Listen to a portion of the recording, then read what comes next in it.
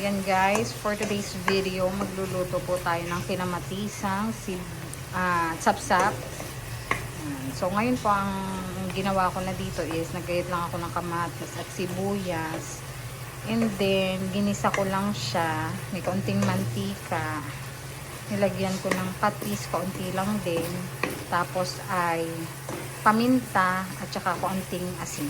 Kaunti lang kasi mamaya naman pwede natin i-adjust ang lasa niya. So, hintayin lang natin malabog yung kamatis kasi yan na magbibigay ng masarap na lasa para dun sa sabaw natin mamaya. Kasi pag hindi natin nilabog yan, hindi lalabas yung dinamnam ng kamatis. Yung kanyang umani.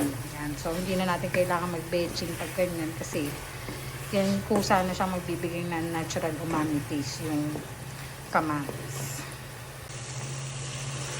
Ayan guys, nilagay na natin ang sili. Yan. Siling green lang, huwag yung pula. Kasi yung siling green, mas masarap yan sa mga putahe kaysa sa siling pula. Mas malasa siya. Hindi masakit sa lalamunan yung init niya. Tamang-tama lang. Gisa lang natin ng konti. Pagkagisa natin ng konti dyan, ilalagay na natin yung bida for today's video. Yan, yung ating sapsap or pero, malalaking sapsap po, yan. So, medyo mahal ngayon. Ang kilo ng sapsap ngayon is 390 pesos. So, ito ay almost 1 kilo. Siguro mga kulang lang ng mga 3 piraso para maging 1 kilo. So, most probably, mga 3/4 siguro ganun. Ang halaga nito, ibinigay na sa akin nung nagtitinda dahil sukay naman daw ako ng 320 pesos. Yan. So, ilalagay na natin ang ating mga isda sa ating iginigisa. Yan. Yan. And then, after natin mailagay ang ating mga fish, medyo hahaluin lang natin ng konti habang hindi pa masyadong luto yung isda natin kasi mamaya, pag lutong-luto na yung isda natin, madali na siyang madudurog. So, ngayon, para lang kumalat yung mga ginisa nating yung kamatis at sibuyas, medyo hahaluin natin siya ng konti.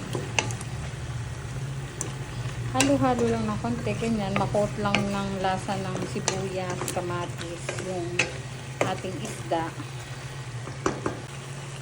And then, pag nahalo na natin at nakot na nung lasa ng sibuyas at kamatis yung isda, lalagyan natin ng kaunting patis. Yan. Hindi po ako masyadong naglalagay ng asin sa aking mga niluluto kasi naniniwala po ako at siguro based on my experience na rin, ang patis po ay mas malasa pag nagluluto ka kaysa dun sa asin na alat lang talaga yung naiiwan.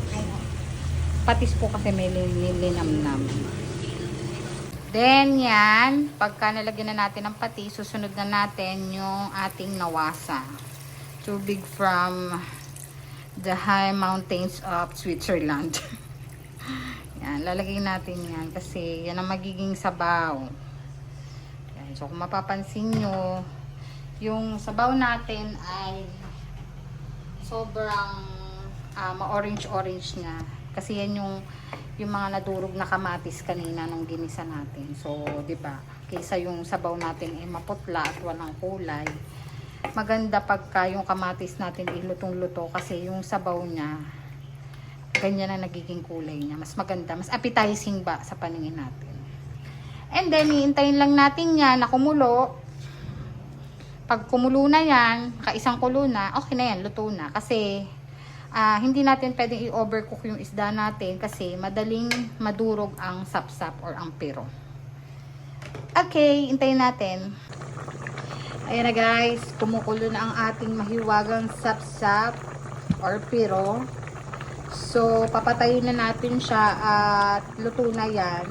Hindi naman ganun katagal na niluluto kasi nga madudurog yung laman niya. So, natikpan na rin namin. Okay naman ang lasa. So, mamaya plating na tayo pagkakain na. Pakita ko sa inyo yung itsura niya. Okay, bye!